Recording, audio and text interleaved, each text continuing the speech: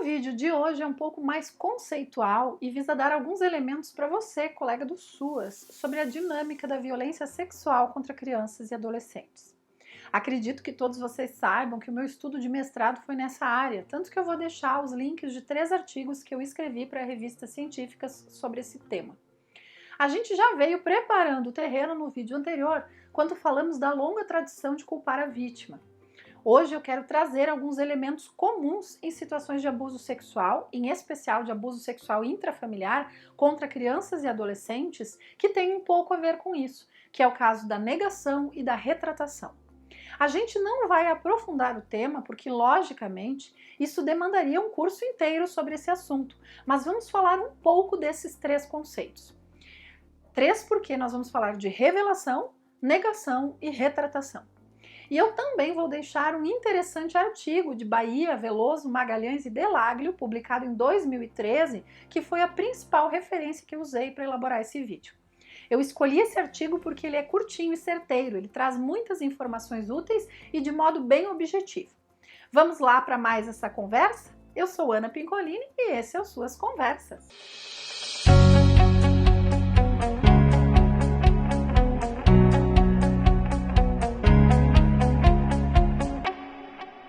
Olá, colegas do SUAS, tudo bem com vocês?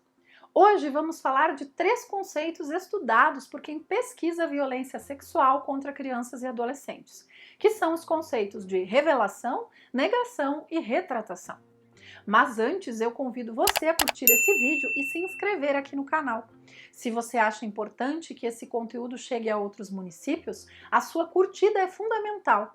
Se os nossos vídeos ajudam a sua cidade, curtindo eles, você pode ajudar os nossos vídeos a chegarem a muito mais cidades, já que o YouTube distribui esses conteúdos para mais pessoas. Que mais? Visite o nosso Insta e o nosso site, que eu deixo abaixo do player. Conheça também o meu livro, os meus cursos e a ferramenta Funil de aprimoramento do PAIF. Todos esses são produtos pensados para aprimorar o cotidiano de quem trabalha lá no miudinho do atendimento no SUAS. Bom, vamos lá olhar para esses conceitos, que quando a gente falar da lei da escuta protegida vai ser algo bem importante você saber essas diferenças. Revelação do abuso sexual é conceituada de várias maneiras por diferentes autores. A mais comum é compreender a revelação como o relato que a vítima faz para alguém sobre o abuso sofrido. Então a revelação é uma ação da vítima, é ela quem revela o abuso para alguém e esse alguém escuta essa revelação. Muito bem, essa revelação pode ocorrer em qualquer contexto, ou durante uma entrevista, ou durante uma avaliação clínica, ao longo de uma terapia, para a família, enfim. Tanto que a revelação é classificada em 3 tipos: intencional, acidental e estimulada. A revelação intencional é quando a vítima decide revelar para alguém o abuso que ela sofre ou sofreu, o que é mais comum acontecer em crianças mais velhas e adolescentes.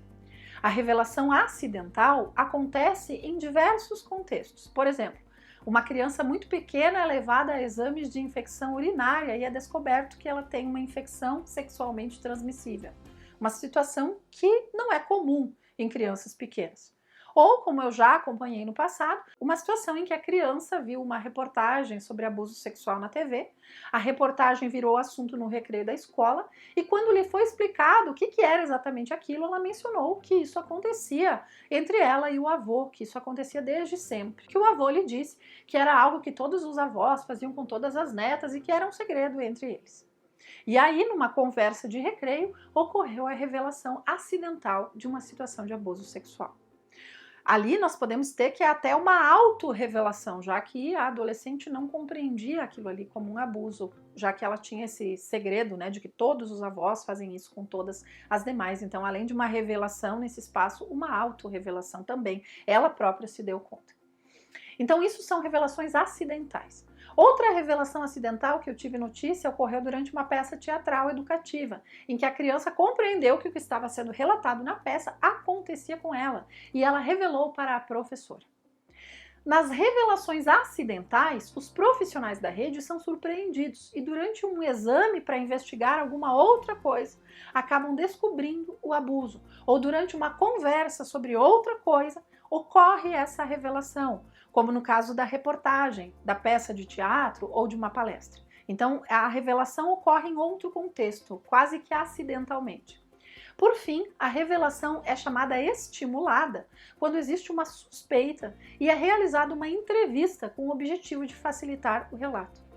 Só que seja de modo acidental, seja de modo intencional, seja de modo estimulado, mesmo ocorrendo o relato de violência sexual por parte das vítimas, em muitos casos, esses relatos têm sido historicamente ignorados. E aqui nós começamos a falar do segundo conceito, o de negação.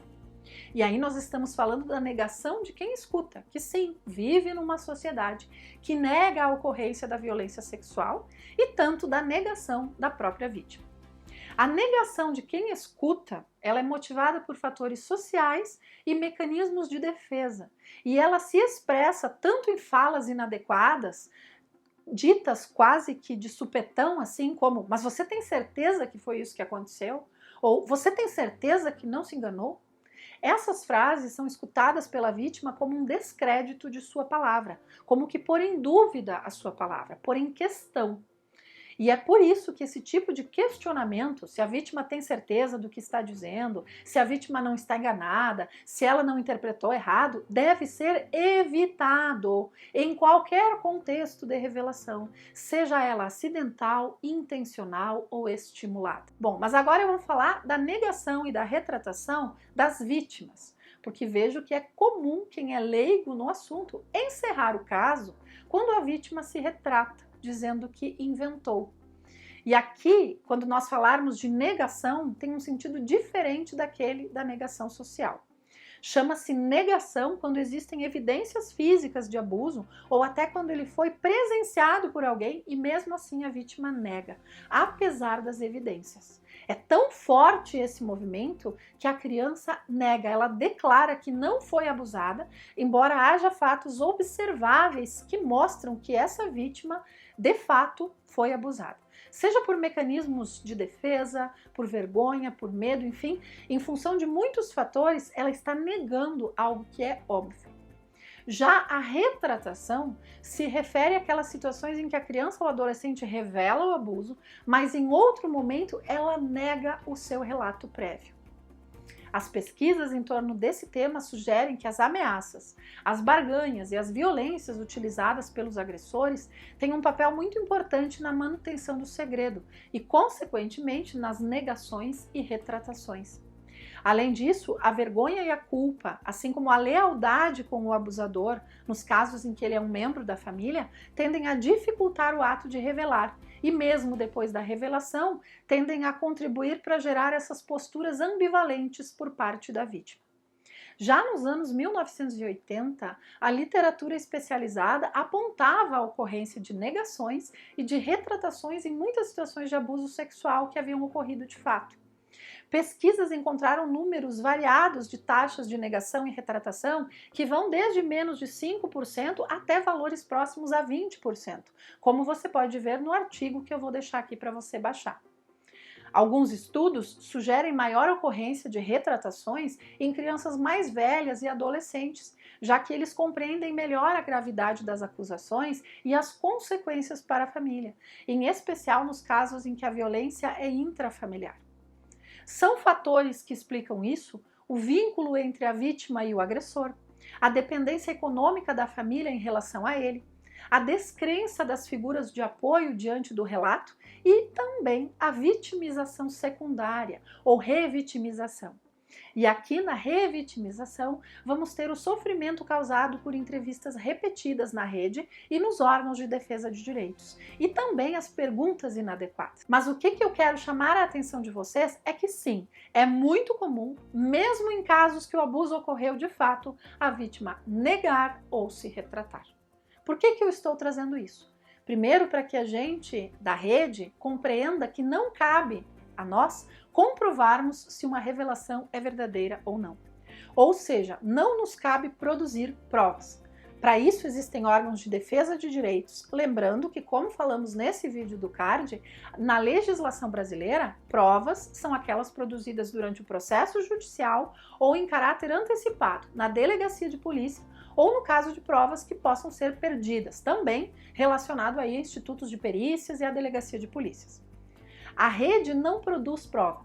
Assim, a rede não precisa se preocupar nem em comprovar se uma revelação de violência sexual é verdadeira, nem se aquela negação ou retratação é verdadeira.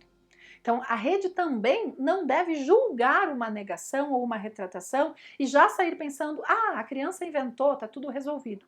Como eu disse, para isso existem as autoridades. Quem comprova se a revelação, a negação, a retratação, o que é verdade, o que não é o Poder Judiciário e a delegacia. São eles que produzem as provas, inclusive as provas periciais oficiais, incluindo perícias psicológicas e psiquiátricas que vão buscar elucidar os fatos. Nosso papel na rede é saber ouvir, é encaminhar para atendimento e cuidado, visando proteger a vítima, e encaminhar a informação para órgãos de defesa de direitos. E aí cabe salientar que a porta de entrada para a investigação desses casos é a delegacia.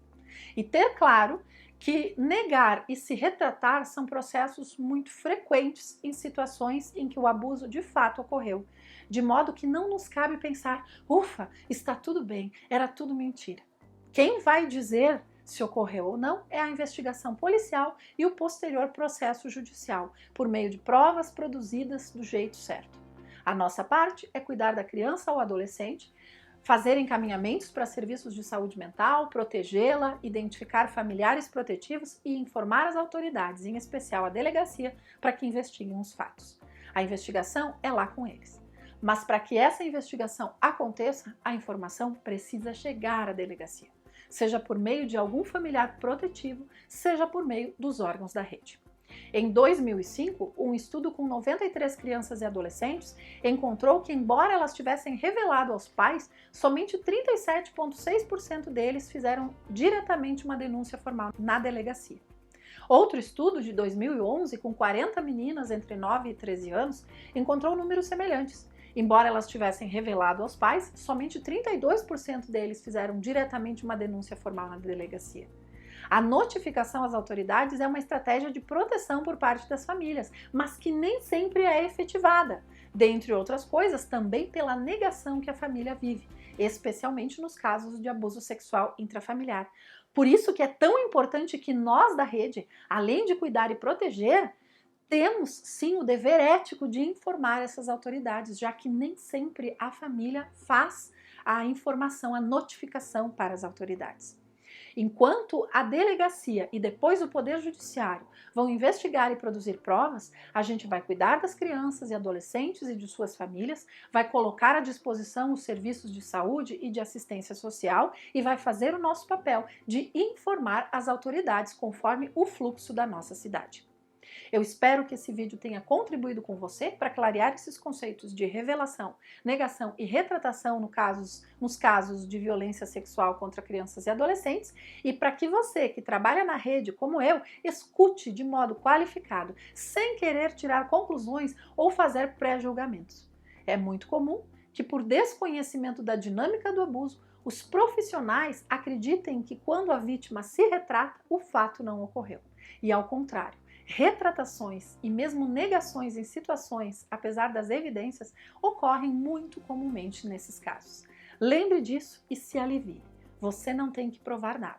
Você acolhe, escuta, encaminha para a saúde, encaminha para outros serviços e informa as autoridades, para que elas cuidem lá da produção das provas. Esse é o seu papel técnico e ético. E se você gosta dos nossos vídeos aqui do Suas Conversas, curta, compartilhe e comente. E não deixe de ler os materiais que eu vou deixar no comentário fixado. A gente se vê na próxima conversa. Tchau!